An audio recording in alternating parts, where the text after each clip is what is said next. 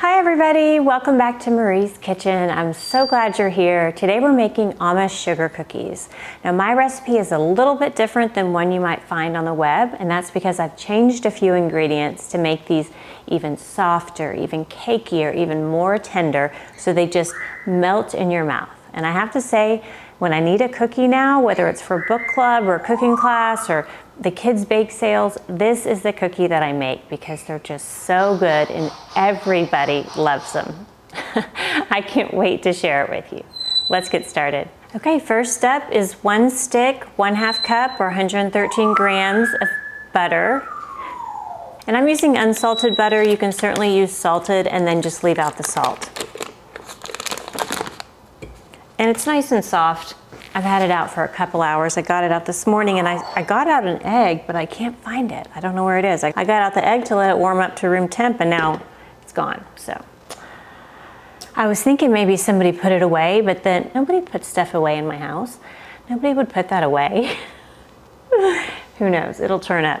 Next ingredient is 1/2 cup of light olive oil. Light olive oil has virtually no flavor, so it works as a great substitution if you're not using canola anymore. And the oil is one of those ingredients that I use instead of using all butter that's gonna help these cookies be really soft and tender, because what that oil does is it's gonna coat the flour, which results in less gluten development. So that results in a more tender cookie. Next step is 1/2 cup granulated sugar. We're gonna add that in. And then next, instead of using all granulated sugar, we're gonna use half powdered sugar. Powdered sugar is finer granules of sugar, finer than granulated sugar, and it includes a little bit of cornstarch. And both of those things are gonna help make an even more tender cookie. So that's why we use the powdered sugar. Scoop that up and then just level it off. Powdered sugar. And we're going to cream these until fairly smooth and fluffy, about 2 minutes. There's Gracie with the police sirens. Watch out.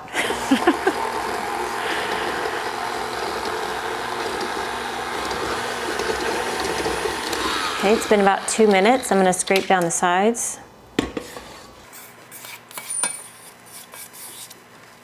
Give it one more mix.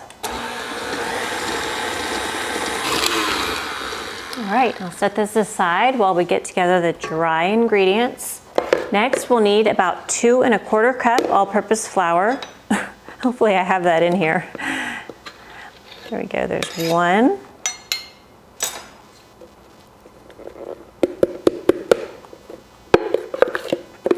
Time for a refill.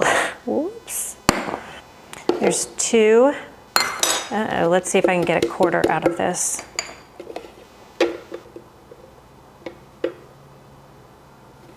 You can tell I'm kind of a one-woman show. Forgot to refill the flour. Okay, this looks great. I think we have exactly the right amount. Ugh, perfection. Okay, and there's 1/4 cup. And where are my teaspoons? Where'd they go? I mean, I just had them. What? Oh, there they are. Next is 1/2 teaspoon of baking soda.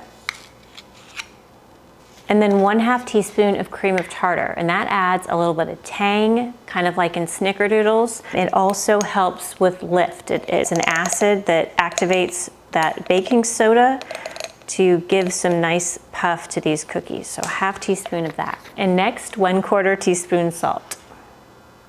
And again, if you use the salted butter, just leave out the salt. Now give this a quick stir. Aren't these easy? Just feels so, so simple. Now, let's pull this back over. We've got a few more things to add. We're gonna add 1 egg. I had to go get another one. This isn't the lost one. And then 1 teaspoon vanilla extract. So you get a lot of good vanilla flavor. If you wanted to add in a little bit of almond extract or lemon, have fun with it. These are very versatile, so you can mix up the flavors if you like. All right, let's give this a spin.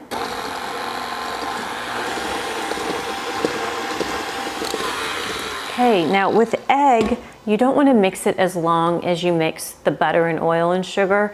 If you mix egg too much, what can happen is it gets so much air in it, then when it goes in the oven, it rises and it falls, and kind of like a souffle. Well, you don't want that with your cookies, so you don't want to over whip those eggs. You don't want to whip in too much air. And I hope these little tips are helpful. I think they'll make you a better baker. Sometimes it's the little things, you know, that make a big difference. Now we'll add our dry ingredients.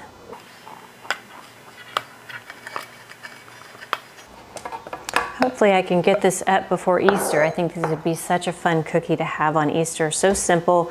You could decorate it with a little colored sugar sprinkles if you want. Okay, let's give this a mix.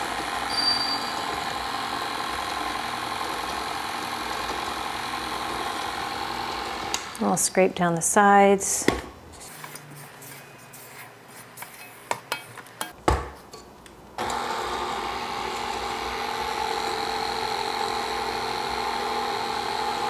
Okay, there we go. As with all cookies, you want to mix just to combine. Over mixing is going to create a lot of gluten in that flour, and that results in a tougher cookie. Now this dough is very wet, so it can be a little surprising. You might think, oh, maybe I did something wrong, but don't worry. It's a very, very wet dough.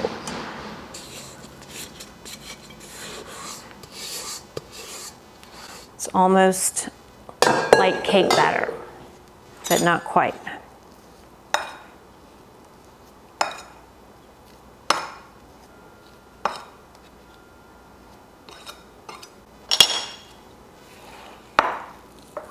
So I'm going to show you a close-up. Hopefully you can see that it is very wet.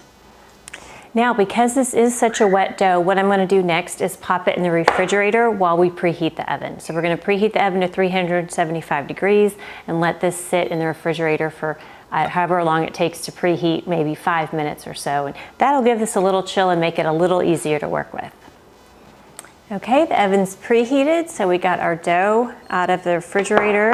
And I'm going to use about a 1.5 teaspoon cookie scoop. I can put a link to this one in the description box if you'd like one. This one is very strong. I love it. And it's just the right size for these. These are kind of smaller cookies. We'll add 12 to the cookie sheet. It's really easy. They don't get stuck in the scooper, which is nice.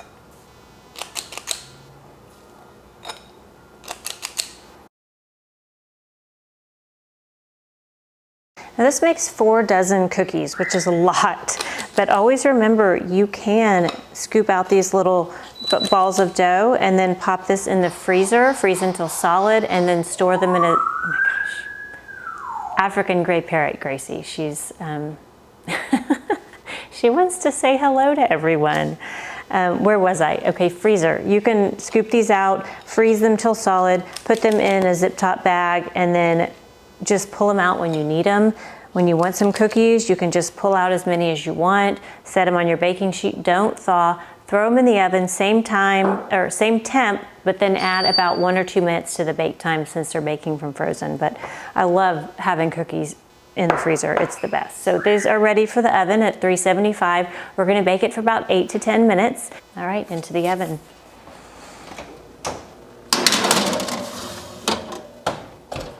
All right, well that batch finishes cooking. I made a second batch here. I'm gonna try to put these little sprinkles that I got. I think I got them at Home Goods. Anyway, I'm gonna try to sprinkle these on, see if they're stick. Might need to flatten the top just a bit to give it a little surface. Yeah, I'm gonna do that. Flatten the top and then put some on. I haven't done these with sprinkles before, so we'll see how it goes.